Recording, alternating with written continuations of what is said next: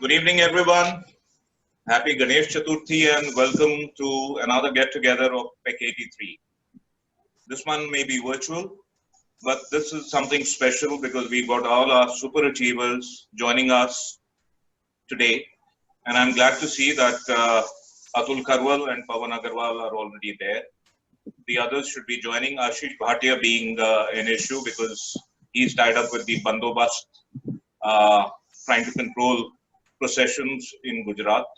So he's going to be rather busy and is asked to be excused for this one. Guys, welcome. And I'll just explain what we intend to do today. Apart from meeting each other, the idea was to learn and understand from our super achievers, at least of this month, if not their entire careers. We seem to have far too many people who are doing extremely well from the 83 batch, which I'm very proud of. But this time, the recognition that a few of our people have got is the reason why we decided to have this quick Zoom meeting. I have invited, and I will be inviting each of these speakers to speak for about 5 minutes on what they have been doing since we graduated from college, and especially the recognitions that they have got in the month of August 2020. A horrible year for everyone, but certainly not for these 5 people, right?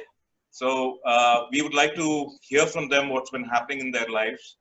And this eventually will go into a kind of a video, which would be broadcast and shared with all PECOSIANS globally through PECOSA as well as PECOSIANS here, of course, and PEC as well.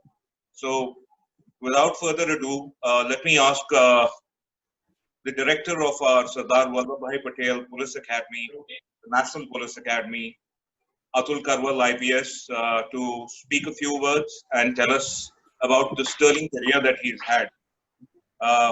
And proud of you, Atul. Welcome. Thanks for joining us. Thanks, Sanjiv. Thanks, sir. Firstly, I feel embarrassed when you keep calling us super achievers because it's with all humility, a lot of us have done very well, and these ups and downs, these ups, for example, in our case, would have come in other people's lives so often and so many of them. So it's a good excuse for meeting up like that and seeing faces maybe at least I haven't seen for decades. So wonderful to be here. And yes, August was a tough month. All of you know already that I had joined the Indian Police Service back in 1988, Gujarat cadre, and served for a couple of deputations outside that, notable amongst which was a deputation to CRPF for about 5 years, from 2015 till 2020, in which I got a chance to serve in Kashmir as IG CRPF, Srinagar. That was really, I should say, a turning point, because as a Gujarat cadre officer, I wouldn't have got to see this kind of a violence in the state. Entry award, मेरे दोस्त है नहीं? Sorry? Yeah, you are back. Yeah. Hi. Hi, Dharmesh. How are you? So I'll carry on, Sanjeev. Yeah, yeah. Partner. Hi. Yeah, hello guys. Going I on? request the rest of you, Pradeep included, please put your... Congratulations to all the super achievers. I'm sure they appreciate, but Pradeep, I would request everyone else to put their mics on mute while Atul is speaking, and he'll be followed by the other speakers. We'll get our time to talk to them after that, right? So we can continue this without interruption. That's right. Okay. So before I restart, my compliments to the other achievers being honored here. Pawan is there, and in absentia, Pamela, Anand, and Ashish as well. So that Srinagar stint was very interesting. I had never seen militancy. I had never seen bullets fired in anger, terrorist violence, and I went there by choice because I wanted to expose myself to that. I also want to share that I wanted to test myself, whether I would have the guts to actually get into an operational situation and conduct myself, acquit myself honorably. So I got 2 chances of that. So the first instance, I'll just come straight to the point, because after finishing CRPF tenure, I have been posted to the National Police Academy as director in December last year. So in CRPF, I was in charge of and there were 23 battalions under my command, say about 20,000 people. गाड़ी बारी लगा देना, मैंने जाना कहीं है और तू चले जाइयो फिर और मंडे को जल्दी आइयो 8:30 बजे. Put your phone on mute. So in the first operation that happened in February 2016, 3 terrorists opened fire on the CRPF convoy, and they went and entered into the building called EDI, Entrepreneurship Development Institute. And there were civilians inside. I was one of the first on the spot. Exchange of fire was taking place between them and us. And a lot of civilians were inside the building. They were streaming out and probably would have got shot in the crossfire. One gardener did get shot. So we immediately entered, got the civilians out. I took my QAT inside. We are wearing BP jackets and all. But the reception area was very tricky. There was no furniture there, and the terrorists were on the upper floor. And after the first few minutes, when we cleared the people and got them out safe, they rolled down grenades on us. So grenades blasted right in front, maybe 8-10 feet away. And I got some splinters in my cheek and my nose. Other boys also got injured, and we realized that we have done our job, and now remaining there was like a killing ground, because we were in a tactically very disadvantageous position. So after checking that everybody is out, we had exited, saving some civilian lives in the process. And eventually those 3 Fedayeen foreign terrorists got killed after a 2.5-day battle. So this was the first operation. Second operation happened on 15th August 2016, when 2 Fedayeen terrorists infiltrated into Srinagar town, right opposite Jama Masjid, the center of the town, the heart of the town. In an abandoned building, they barricaded themselves. They had food, they had ammunition, and they opened fire on the security forces, shooting CRPF personnel, JNK police personnel, and killing a CRPF commandant as well. So I had a good QAT trained. So we reached there in BP vehicles. Firstly, we evacuated the injured people using the BP vehicles as a shield. And then we had to exit the vehicles and actually assault them. So I again led that assault I was a senior most person, so I had to lead, and exited the vehicles, and through the cover of fire, we took positions in an opposite building, which overlooked into this building from a greater height. And from there we engaged them, and finally both of them were killed. So this was the second incident. Both the incidents, government has been kind enough to award me with gallantry medals, one in January this year and one in August this year. So this year has been very auspicious for me. Also a wound medal, because Parakaram Padak it is called, because I got injured in that great blast. And this job is very interesting for me, because in a manner of speaking, one is contributing to shaping of the generation of IPS officers.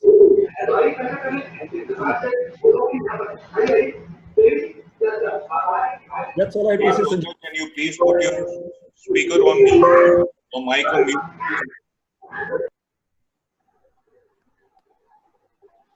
Sorry. That's all I have to say. Yeah, that's okay. I was just winding up. So it's been a wonderful, it's been 32 years in police, more than 3 decades. And I think I have landed in just the right place for me. Fits me perfectly. Very happy to be here, and very happy to be here today with all of you. Thank you so much for the honor and for the opportunity of meeting and seeing you after maybe many of you I have not seen since I left the college. Thank you, Sanjiv, and thank you everybody else. Yeah. Thank you for your service, sir. Thank you.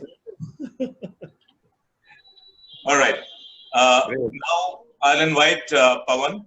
Pawan Agarwal, was the CEO of FSSAI, a role in which he has done a hell of a lot for food safety and standards across the country.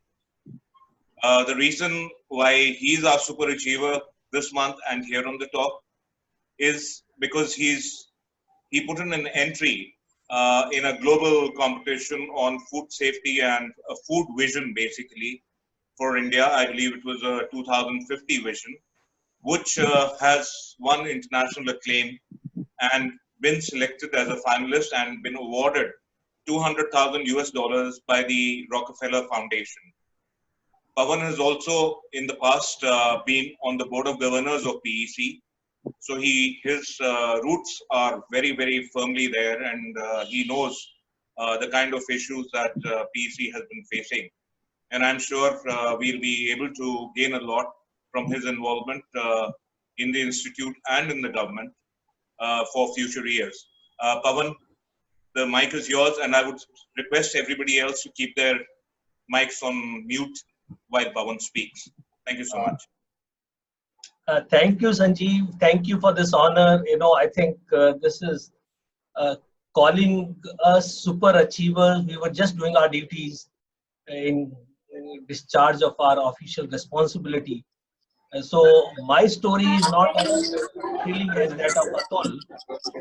Though I started my career in the Indian Administrative Service in '85, and was one of the first postings was during the Govt agitation in Darjeeling Hills, where we had similar adventures, chasing the Govt agitationists. But what I'm going to, share with you is my journey in the Food Safety and Standards Authority of India, wherein I was CEO from 2016 beginning until recently, early 2020, just a few months ago. So I had joined the FSSAI after the famous Maggie controversy, in which FSSAI was embroiled, and the credibility of the institution was at one of its lowest ebb. And from there to building up an institution that is not only credible within the country, but also regarded as one of the best food authorities and at par with the food authorities, the FDA in US, the European Food Safety Agency in Europe, is what I thought, we were able to jointly do. And this was not obviously the journey of 4 years that I had with FSSAI was obviously, not as interesting as that of Atul, because this was a slow change of a public system. As I mentioned, that the credibility of the institution was at its lowest ebb.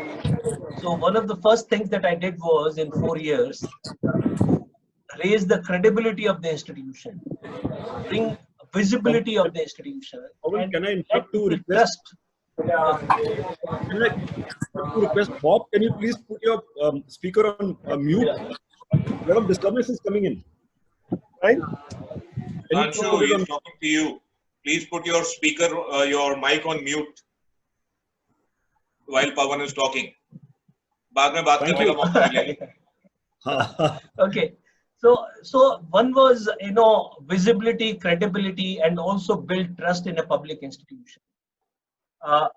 Second was, that we started doing small things, because the role that I had, food touches lives of everyone, all of us, and some of us are still having drinks, and even your alcoholic drinks come in food under the Food Safety Authority of India. So it touches everyone's lives, on everyday basis. So it's so important. So, so we started doing small little things that were low, effort, but high impact and touches the life of everyone else. So I think and we called them, branded them, called them by, created logos and SOPs for doing those things. And the idea was to have those things at a scale so that people can get fruits and vegetables that are pesticide free, can get their milk safe, can have the street food which is safe. I won't say that in the last 4 or 5 years we were able to cover the entire country, but we were able to create models that were replicable, and we were able to do it in reasonable scale. So once we created those models, and that process still continues in some sense, then the next effort was to scale it up, to bring it to scale and to bring all our stakeholders on the same page, for which, the food authority itself had a very small staff. So we had to galvanize the state food authorities, the state administration, the local administration, for which we had a Swasth Bharat Yatra, which covered 20,000 kilometers over 100 days, and it had some 22,000 cyclists participating. And this was all organized in some sense participation of the officials at the local level. Many of them were doing this kind of a job other than that of the food inspector for the first time. So they also saw their own organization in a different light. So I think galvanizing, the entire country, and particularly those people who are not directly in your control, was, I think, a systemic change that we were trying to bring about to this. And finally, when I was leaving, I know that one day, I would have to leave this assignment. So we created the Eat Right Challenge, in which all districts and cities in the country are participating. In the first phase, 200 districts are participating. The whole idea is the Eat Right movement, which is a very comprehensive program, so that people can eat safe, people can eat healthy, and people also eat sustainably. You focus on local food, you focus on seasonal food. I'm sure, many of these ideas may not have touched your life so far, but I think it is already, a fairly big movement across the country. And in the entry for the Rockefeller Foundation, which was a Food Vision 2050, we not only, highlighted what we were able to do at a country scale in the food system, but also what is our vision for 2050. And that entry is available on the Rockefeller Foundation. It was a highly competitive, endeavor, in which we had to work with the team over the last 5-6 months to improve our entry and to bring greater focus to the entry that we had made. And it gave FSSAI $200,000. So I can say that I left FSSAI rich by $200,000. Oh, and, it's not meant to you personally? No, it is not personal. So otherwise, I would have given treat to all of you. Okay. But anyway, I think. So, but I think it is also international recognition of the model which is being followed in India to change public systems, in a very different manner, and particularly a public system which is, I think regarded as one of the most corrupt. Food inspectors are considered to be not so great, so when it comes to public dealing. So how do we galvanize them? How do we mobilize and get great things done at country scale is what the Rockefeller Food Vision Prize 2050 is all about. And I'm so happy to be sharing it with you. I think the journey has just begun in some sense, and Eat Right India movement, which we are calling it, is not a movement that is top-down movement. It is a movement that has, that has been generated from the grassroots level, and now it is reaching nooks and corners in the country. I'm sure our citizens will be able to have access to safe and nutritious food, and will be nudged to have safe and nutritious food as we move along, and which is so important in the times of pandemic. Well, of course, I'm not debarring alcohol. I'm myself, so safe and nutritious food you can have once in a while, a peg or two of alcohol also. So that is not ruled out. So thank you very much, Sanjiv, and for the opportunity to share this story about Food Vision 2050 and Rockefeller Foundation. Thank you so much, Pawan. Proud of you and your achievements and hard work.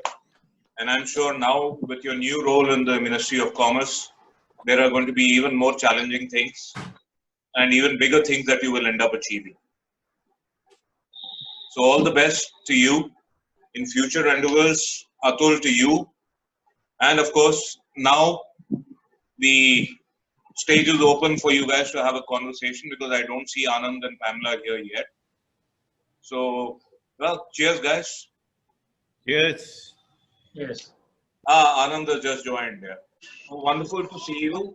And despite a few timing issues that we've had, I think we're all very keen on hearing from you what you've been doing. We hear that you are on the IET PE that is setting up standards for 5G, right? And India is going to be following what you decide. We have to kindly enlighten us on your work since PEC. A lot of us. I do Yeah, maybe recall that a you were on the little board bit of of governors of PEC also for a period. In right, so you had right. connect with PEC apart from being in HP and IBM, if I remember correctly, at some point of time. Yeah. Yeah. Yes. So Pamela, Okay, the just floor is all yours, and I would request everybody else to put their mics on mute for 5 minutes while Pamela is speaking. We can then get together with our mics on. Okay. so okay. So I left PEC in '83. When all of us left actually, and I went to the US to do my masters. So I actually got married 10 days after my final exams, and I'd already applied and I had admission at Rutgers. So I did my master's there and started working in Bell Labs in New Jersey in the microprocessor development space. I was there for about 3 years, and then we came back to India. My husband took up, he was also in Bell Labs at that time, and then he took up this position at IISc in Bangalore. And I came back with our daughter, so I took about 6 months to settle in, and then I applied for jobs, and luckily for me, Bangalore was the right place to be. And CDOT had advertised a position in the paper. I went for the interview and got selected in CDOT. So I was in CDOT for a good, I think, about 8 years, working on some key things. So the 40,000 line exchange, which CDOT did, which kind of caused the landline revolution in India. I was a part of the hardware design team, where I developed the processor complex. I also did the first ASIC, which was done in semiconductor complex. So the biggest and most complex ASIC that was rolled out of semiconductor complex was my design, which I did in CDOT. I also designed the processor complex for the switch, which sort of improved the performance 6x and made it possible for us to roll out that product. So it was great fun. CDOT was great fun. But then there was all this political bungling that happened, and everybody was leaving CDOT. At that time, my husband took a little sabbatical. I also took some, sort of leave from CDOT and worked in a startup in US. So he was at Rutgers, and there was a ex-Bell Labs person and a professor at Rutgers who had a startup in the Piscataway area. So I worked in that startup, and then they had set up an office in India. They wanted to set up a hardware development lab, network machines. So I came back and started their development lab in a startup. And this was where we developed cable modem technology. We developed the DSL. The DSLAM was done completely by the India team, just from ground, right? I started hiring people from my living room and then set up the whole design center and everything. But then that company went bankrupt. We had very good products. We actually did POCs in China for China Telecom. Vipin Tyagi was doing the software part in Noida, and I had the hardware team here in Bangalore. And the teams together, we did some very products which were way ahead of their time, but very bad business sense of the management. So it went bankrupt, that company. And then I did another startup, which was Alliance Semiconductors, some ex-Bell Labs people in Allentown doing memory design. So we did a lot of patenting in the TCAM space, in the, new memory designs and all that. So that was fun. But as startups are, the unpredictable. So they were a memory, SRAM, DRAM flash company. They had ventured into these specialized memories, but then SRAM, DRAM flash became again profitable, so they decided not to do customized ASSPs. So at that time I went to Texas Instruments.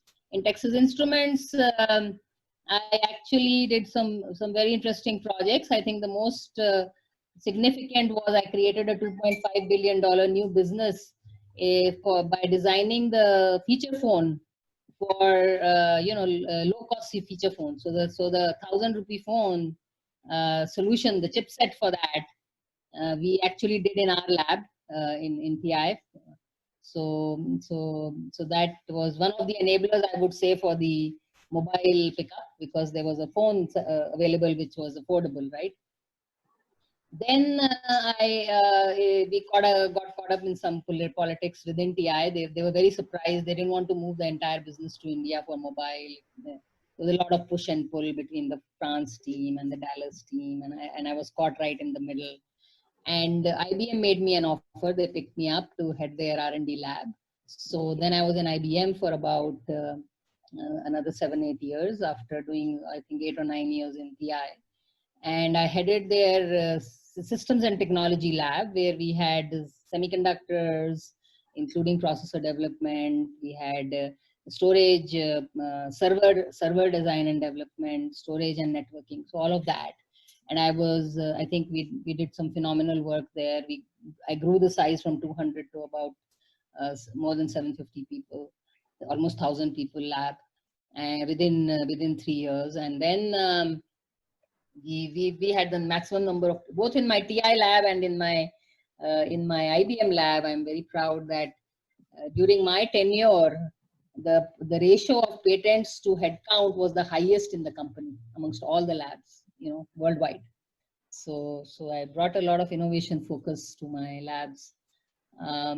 So there I was trying to build a cloud, cloud. I got very passionate about cloud. I was on the board of governors of IEEE SA, and I was trying to drive the cloud agenda within IBM. And I thought mine was the only lab which had storage, networking, and all the infrastructure in one place for data centers. So, but again, there was some politics bungling, and I was kind of tired of this MNC politics, right? And I decided to quit. And then from my home, I started what is called this Cloud Computing Innovation Council of India, not-for-profit society, along with Sam Pitroda. Sam Pitroda encouraged us to do that. We drove a roadmap, a white paper for how I believed that cloud would be the next big revolution after mobile for the country to really make it IT enabled. So I drove this not-for-profit society. We worked with Ministry of IT, did the roadmap, lot of interesting stuff. We rewrote the entire tender to make it friendly for Indian CSPs, because it was earlier written for the IBMs and the HPs, and and the Amazons and Googles wanted to do a backdoor entry and be the dominant factor in India, right? With the vendor lock-in, we wanted to make it. We're still working on that. We've defined the interoperability standards for cloud, and we're trying to set up a test lab for interoperability, so that, and convince MAITI to make it mandatory for everybody to be interoperable. So we're still on that journey. With CCICI, we call it CCICI, and I'm the president of CCICI. It's a not-for-profit society completely. And we have no money, we just have money to pay our phone bills. But we are a bunch of passionate people, and we are at it. And during that time, HP came to me. They had come to me several times, and I could see that being in these not-for-profit, working with the government was a little controversial. So I wanted a title, which made it a little cleaner.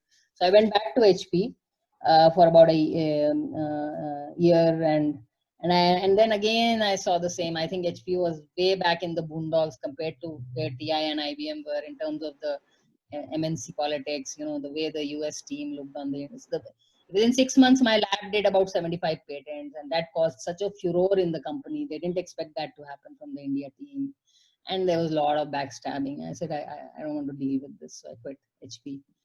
And then TSDSI, this Telecom Standards Development Society of India, they invited me, and I've become the Director General of TSDSI.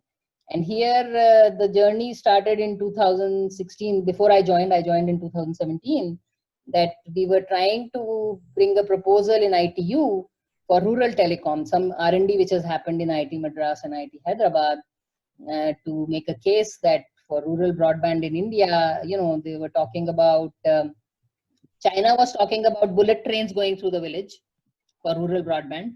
So 500 kilometer per hour, they uninterrupted telecom was their vision about rural broadband. The US and Europe were talking about 125 kilometer per hour highways in their villages. So uninterrupted 100 megabit per second broadband in a vehicle which is traveling at 125 kilometers per hour was their vision of rural broadband. We said our village vision of rural broadband is 75% of our population lives there, and they walk, or they maybe 10 kilometers per hour or 30 kilometers per hour, but it has to be affordable, right? So these guys had technology where one base station in a gram panchayat can cover. So the standard coverage right now is 1.75 kilometers radius from a base station, whereas what we need is 10 kilometers from the base station, the intersite distance. So these guys have this technology, and we tried to push it. A lot of opposition from all over the world. We had to go to African countries and all to back us up. In 3GPP, where we are a member, all these big companies, Nokia, Ericsson, they fought tooth and even now they're fighting tooth and nail.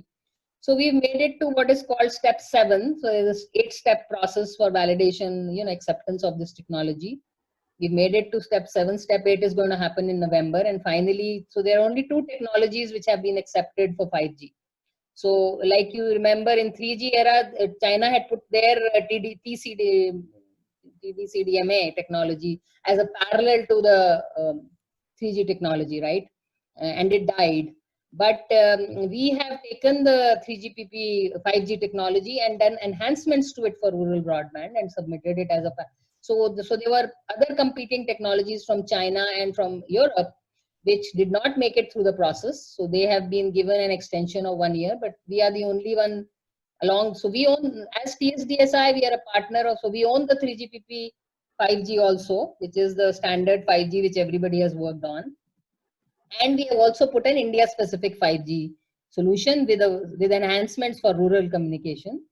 So I think it's a big win for us. At least we are, as you say now, we've got a foot in the door. We have been invited to the club, so to say. Right? People recognize that we are part of this club, and so the fight is really that now there are going to be some Indian patents, and these companies are trying, the Qualcomms, the Ericssons, the Nokias of the world, Huawei. They don't want another entrant who brings patents, even though our patents are very few. I mean, they have thousands of patents or tens of thousands of patents. We'll have probably single digit patents, but the patents are vital enough. And so the journey is on, and we've made some inroads, and we're already starting 6G related stuff. So that's what I'm doing. So in a sense, since I left HP, I've actually been quote unquote retired, because I don't draw any salary anymore from any of these. Only my expenses are taken care for my travel and all that. So I told them that I'm not going to take any more, honorarium or anything like that. But I think in terms of impact and fun, I think these or even in terms of keeping me busy, these jobs are really all consuming and very, very complex. So I'm really enjoying it. Excellent, Pamela. Really appreciate the work that you're doing. It's obvious it has not been easy. Politics, unfortunately, is everywhere in this country, and people are pulling each other down everywhere. Doing it without resources, setting standards for something that the rest of the world is competing on is amazing stuff. And I certainly hope that what you're doing, at the end of the day, there is a lot of money coming into you, because this technology stack is going to be used by people. I'm sure people like Geo and others will not get it for free, right? So Geo is one of the proponents of this technology. So we are a not-for-profit society. We run only on membership fees, which barely covers our secretary expenses. No, you better do something about it. If you can't, I'll meet you separately, and I'll tell you how money can be made out of this. TSDSI is going to, so similar to other SDOs, other standard development organizations, our strength comes from the fact that we are not motivated by profit. But what we are providing is a platform for collaboration, as you said, right? So the government, the industry, the startups, the academia, and even the MNCs, by being on this platform and having these discussions in our study, it's very deep technical work, right? And it's long drawn technical. So there's a long drawn commitment that is required. And gradually we are being able to change those mindsets. We are being able to bring people together to see the value in working together. So I think that's really what it's about. There is no profit intention, and that's what makes us stronger. That's why the government supports us, right? Because the minute we have a profit motive, then our positioning gets polluted, right? We get seen as somebody having an agenda, and it's very so. So the biggest asset we have is our reputation, and we need to guard it very strongly. So that's God bless you it's a different paradigm. It's a different paradigm, you know. What you're doing is for our national pride. And actually, I'm Right. very happy to see that out of all our achievers, there's somebody who's sticking to the core education that you got in PEC and after. Right. No, Right? I've enjoyed. I One doing enjoyed foods for myself in electrical PC. was not really thought of. Two super cops coming out, one engineer doing biotechnology or COVID testing was not really thought of. You know, it wasn't in the scheme of things that we were trained at in PEC. But you stuck to your roots and amazing stuff. So God bless. If there's anything that we can ever do to help, please give us a shout. The lot that you see Sure, here mostly stays connected, okay? So right now Right. Yeah. So except for this COVID time, I'm traveling a lot globally because you know, this is the first time I've spent 5 months of uninterrupted time in Bangalore. My we husband all will are at probably home get and tired of me. doing things that we've normally not done. Right. So Okay, yeah, every gentlemen, time I please visit switch on your US, I mics. feel that Feel free to talk. maybe I should connect on the WhatsApp group and say I'm in this area. Let's meet up. But somehow it gets a little difficult to do that. But maybe I'll do more of that now. Try to connect You with should. people. See, there are so many people here, and actually, if you look at it, we are all at the peaks of our career. Okay, either we've been there or we are there. Another couple of years, most of these people would not be on the same jobs unless they're running businesses and they've survived through this COVID period, which is a very difficult thing. So I think out of people in business, Segri is the one who seems to be in the right business right now. For the rest of us, we are all suffering. Kyun, Bob? Yeah. Please switch on your So I mics, think guys. I would like to hear from others what they're doing. I'm sorry I missed the first session. So whoever is there online, it would be nice to reconnect with them. Yeah, hi Pamela. This is Sudhanshu Hi. here. Hi, nice to see you. After ages, huh? Yeah, After yeah. ages, really so nice to see you. अच्छा ये बताओ like I still look familiar. yeah. Put a no more hair on his head and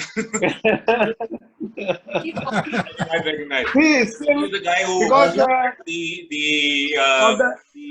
one of the star Delta girls, okay?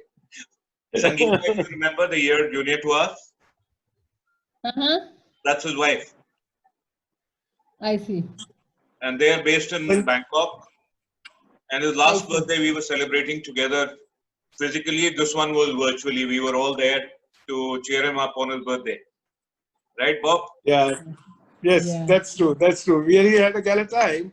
So coming to you, I mean, कई बातें तो यार हमारे sir के ऊपर से निकल गई. What you were saying, it was too deep about the technology. Yeah, that's true.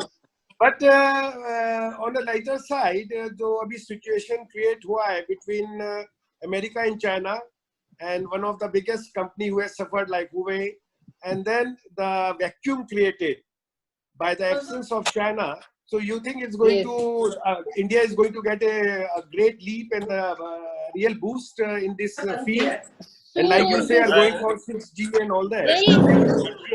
At least people are talking. The startups seem to be very excited. The government is at least talking about it, that they're going to enable them. Now, how much of that happens in reality is to be seen. Right now, the biggest winners seem to be Ericsson, Nokia only. Yeah. They seem to be grabbing the deals, but I think the startups are trying to, and that's where a body like us, we're trying to bring them together to speak in one voice, right? As each in, they're so small right now that individually they can't really compete unless they come together. And I think they realize that, and it's for us to watch and see, like, you know. Sometimes what happens is promises are made by the government, but in reality, nothing happens. Yeah, it's different. I think it's different. about giving them access to the market. So one big win that we had recently was that BSNL floated a tender for upgrading their entire network to 4G. And this, was written in a way where none of the Indian players could compete in that tender. So there was a big opposition raised to that. We actually run a WhatsApp group on which we have all the startups, and and then a letter was drafted and sent to the ministry, and I think it was taken to court, and finally BSNL had to withdraw that tender and then re-tender to make it more open. So I think some small wins we are able to do. In cloud computing also, we were able to get MeitY to withdraw its tender and redo a tender which was more friendly to Indian cloud service providers. So some dents we are making. Yeah, see, if you get, even if Ericsson or any big company, they get a deal, they get a tender. Anand back with us. Huh? Hi. Hi, Anand. Hello. Heartiest congratulations, my dear. Hi, Anand. And big anniversary. I understand that you and Savita's anniversary today. Thank you. Meeting is kind Say of hello to Savita. Hi, Savita. Many congratulations, Savita. Thank you. You have done pioneering work, and we are very proud of it. Hi. Thank you so much. That's all. No, And it's happy okay. anniversary before. Thanks. Happy anniversary to both of you. Cheers. Cheers. Okay,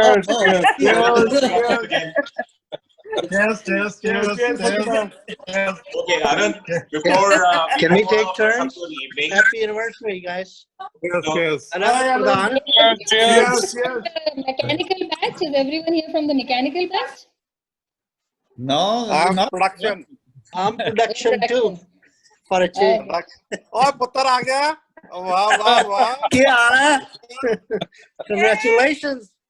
Congratulations, Savita. Cut गया हाँ बिल्कुल ठीक हाँ thank you what's going on? Looking good, more important than anything else. Success to aati rahegi. You're looking good. Oh, thank you so much. Yeah, how are you?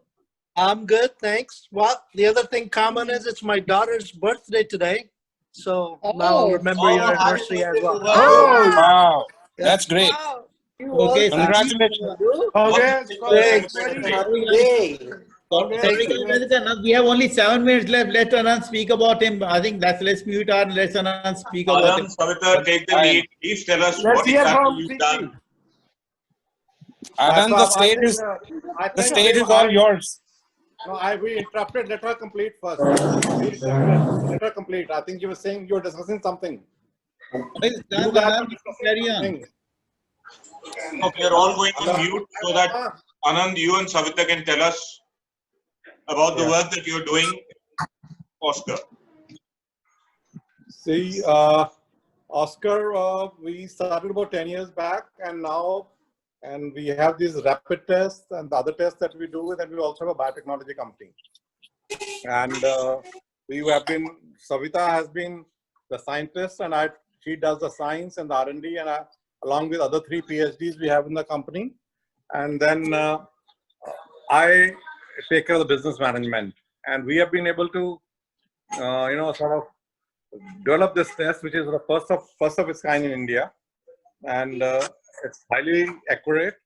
And I hope the government will soon start using this along with other PCR tests.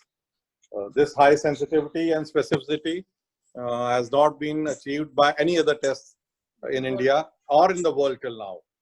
So it's wow. Yeah. Wow. So it's a finger prick test. It gives you peace of mind. You know, let's say today is day 10. So did you on day 1, like from day 1 till day 7, it will not tell you. So after 7 days, it will tell you, did you get anything on day 1? So it is a window period of 1 week. So after that, it tells you, did you contract the virus or not? Because by that time, the antibodies have come in. This is one test we have developed. Totally 100% indigenous raw materials. The raw materials we have made in-house. So now we are working on the antigen test also, which the government is buying, for which we also again develop the raw materials by now. So they are called the monoclonal antibodies that also have been developed by us. So probably we'll get the approval of that in another 2 weeks' time. So that's what the journey is. Savita wants to say something? Yes, I think you sir, we said want to most hear of you. Yeah, it's like one of its kind. I mean, the best part of our company is like we not only make the end product, but we start from the raw material. For in our case, the raw material is the recombinant antigens. So recombinant antigens means we start from the genetic engineering. Like we incorporate, we get a gene sequence and we incorporate the genes into a bacteria. And from bacteria, then the DNA is extracted, and from DNA we start making proteins, and the proteins are used for making the test. So the beauty of our company is like we start from the genetic engineering part till the end product.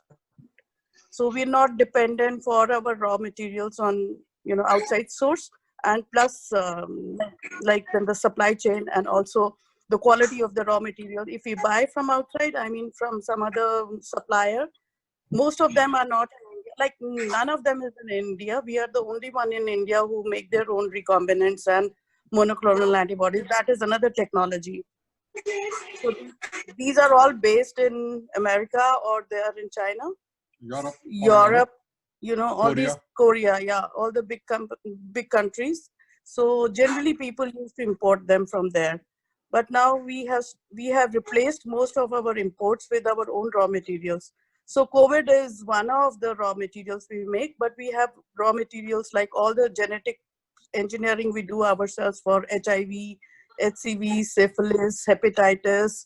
Then we have dengue. Then we have, we also developed a test as a prototype for Zika for MIT. In collaboration with the MIT. Wow. Yeah, that was when the Zika pandemic had happened. I mean, that was not a pandemic, that was epidemic. 3 years back. So we developed that. Hello? Yeah, something we can hear you, though your video has gone off. Yeah, hello. Yeah, you're back. Yeah, That's amazing. That's amazing. There's a journalist who's calling because there's an article going to come in the Times of India on Monday. On Monday. All right, we shall wait. So just excuse us for some time. Okay, By all means, enjoy your day. God bless. Thanks, boss. Great success to both of you. Thanks.